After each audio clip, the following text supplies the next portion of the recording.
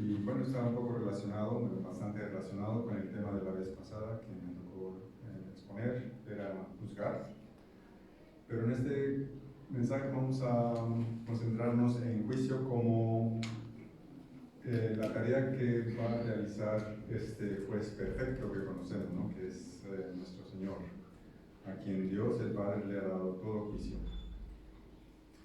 Y pensando en esto, ¿qué es juicio? Gracias, habíamos visto algunas definiciones de lo que es, por ejemplo, juzgar. Ahora, ¿qué es juicio? Y para estar seguro, pues fui al diccionario y me encontré con una larga lista de todas las diferentes acepciones, es decir, significados de la palabra juicio. Y la más común, la número uno, pues es esta facultad que tenemos como seres humanos para distinguir entre el bien y el mal, y lo verdadero de lo falso. Distinguir entre el bien y el mal es algo así como poder tomar una decisión de lo bueno y lo malo desde un punto de vista moral, ¿no? No se trata de ver si es algo cierto o falso, sino bueno o malo. Es una cosa diferente, ¿no? Para distinguir entre lo verdadero y lo falso, pues se necesita esta capacidad de juicio que es también conocida como el sentido de saber qué es cierto y qué no es cierto. Y eso es lo que está en la base de la ciencia, ¿no? Lo que hace progresar la ciencia, nos permite ir descubriendo nuestra realidad física y poder no nada más conocerla, sino también usarla, hacer algo. Y bueno, el mensaje pasado nos habíamos concentrado en esto de la acción y efecto de juzgar, como uno de los significados, ¿no? de juzgar, de tomar una decisión con respecto a algo, pero como juez.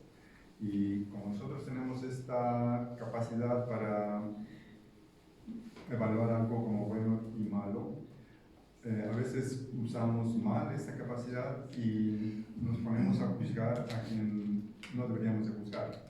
Estamos haciendo el trabajo que no deberíamos de hacer, ¿no? Nos ponemos a hacer el trabajo de jueces sin que nadie nos haya nombrado.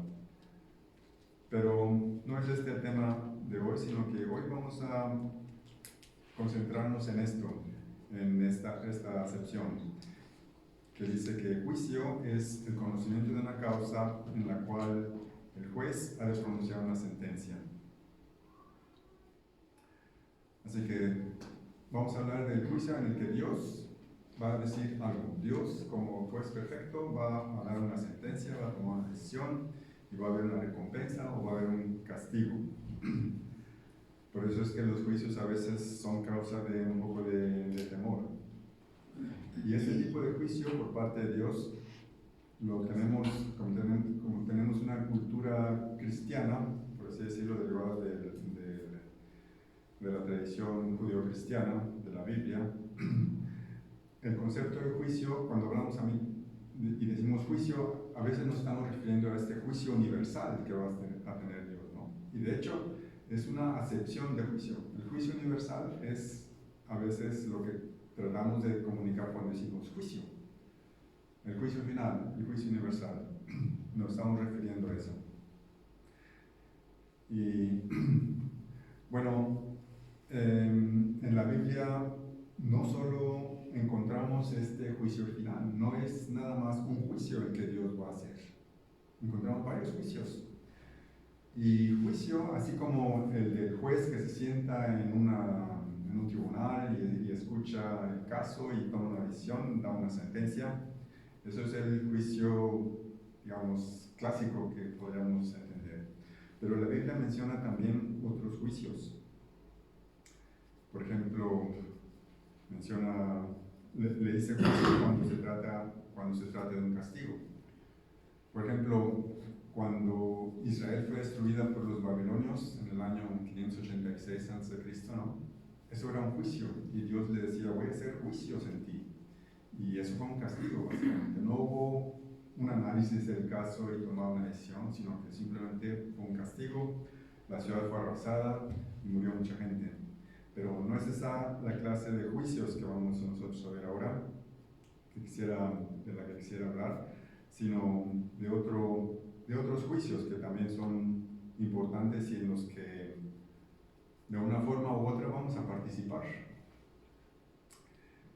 ¿Cuándo suceden estos juicios? Bueno, si nosotros consideramos el tiempo entre lo que se llama en la Biblia la primera resurrección y la segunda resurrección, y sabiendo que el arrebatamiento de la iglesia, es decir, cuando la iglesia es llevada ante la presencia del Señor, forma parte de la primera resurrección. Hay dos resurrecciones, hay que tener eso muy presente. En este periodo de tiempo, que no sabemos cuánto tiempo va a ser, vamos a distinguir dos periodos de tiempo muy especiales. Uno que es la tribulación y otro que es el reino mesiánico. Y uno va a terminar y el otro va a empezar cuando suceda un evento que conocemos como la segunda venida de nuestro Señor Jesús. ¿Y cuándo van a ser estos juicios de los que estamos hablando? Bueno, estos juicios, el primero es lo que se conoce como el tribunal de Cristo. Y después va a haber otro juicio que es conocido como el juicio de las naciones. Y después lo que nosotros entendemos como juicio, cuando hablamos sin dar mayor explicación, es ese juicio final que tiene lugar ante el gran trono blanco. Y estos juicios, de una forma o de otra, todos los que estamos ahora vivos, vamos a pasar por alguno de ellos. Y bueno, la pregunta es, ¿hay algo de qué preocuparse si tenemos que pasar por un juicio de estos? Y esa es la pregunta que vamos a ir tratando de responder. Y como les decía, vamos a ignorar esos juicios en los que también se usa la palabra juicio, pero es más bien un castigo.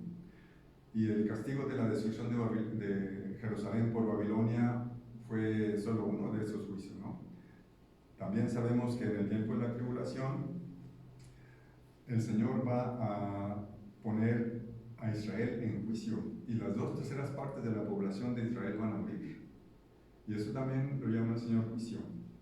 Eso lo vamos a ignorar a pesar de que este es un juicio, aunque no el juez que está actuando, tomando una decisión, sino un castigo que va a caer sobre Israel en este tiempo de la tribulación. No es por ahora nuestro tema. Pero antes de empezar con los detalles de los juicios, podemos preguntarnos, ¿por qué un juicio? ¿Por qué tiene que haber un juicio? Sabemos que el Dios de la Biblia quiere hacer un juicio, ¿no? Eso lo hemos escuchado en nuestra cultura. Supongamos que acabamos de llegar de otro país en los que nunca se ha hablado de Jesús, ni de Israel, ni de la Biblia, ni de Moisés, ni de nadie. Y de repente escuchamos eso del juicio. Entonces sería muy razonable suponer, bueno, ¿por qué tengo yo que rendir cuentas en este juicio universal si nunca escuché nada ni de Moisés, ni de Cristo, ni de la Biblia, ni de los mandamientos, nada de nada? Y además, nuestros antepasados, los que vivieron, por ejemplo, antes de que viviera Moisés, antes de que viviera Abraham, antes de que cuando eran, por ejemplo, estaban desarrollándose apenas las primeras civilizaciones, ¿qué de eso? Ellos no sabían nada de nada. ¿Por qué van a pasar ellos también por el juicio? Porque sabemos que el juicio es para muertos y vivos, ¿no? ¿Por qué Dios quiere juzgarnos? Podemos preguntar, ¿cuál es su base legal para juzgarnos? ¿Por qué quiere meternos a juicio?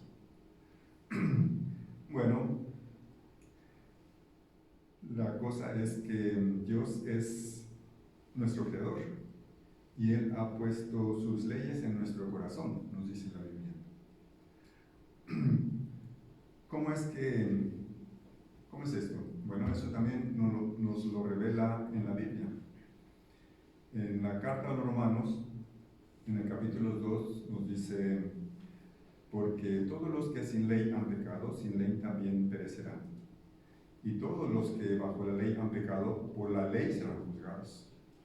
Es decir, cuando dice sin ley han pecado, nos está diciendo que se puede pecar incluso sin conocer la ley de Moisés. Y esos que han pecado, dice, sin ley también perecerán. Es decir, a pesar de no conocer la ley de Moisés, tendrán castigo. Wow, pero eso todavía nos parece injusto, ¿no? Bueno, todavía no nos explica todo. Y nos sigue diciendo en el siguiente versículo: porque no son los oidores de la ley los justos ante Dios, sino los hacedores de la ley serán justificados. Así que no simplemente hay que conocer la ley, sino también hay que hacer algo al respecto, hay que obedecerla. Pero estos versículos no nos explican